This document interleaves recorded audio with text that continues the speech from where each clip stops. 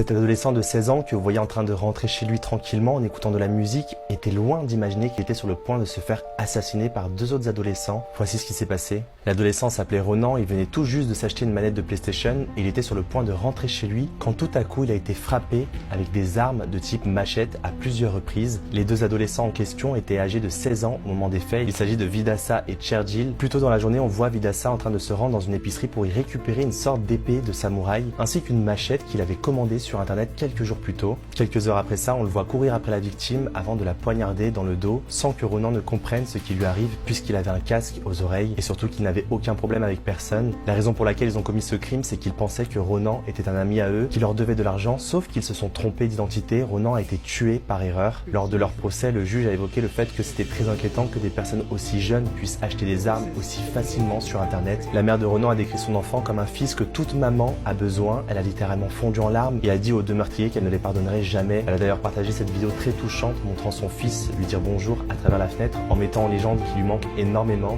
Étant donné que c'est Vidassa qui a tué Ronan, il a été condamné à une peine légèrement supérieure que celle de son complice. Il a été condamné à 18 ans de prison et son complice a écopé d'une peine de 16 ans de prison. Face à la prononciation de ces peines, énormément d'internautes se sont indignés en disant qu'il méritait beaucoup plus. Dites-moi ce que vous en pensez.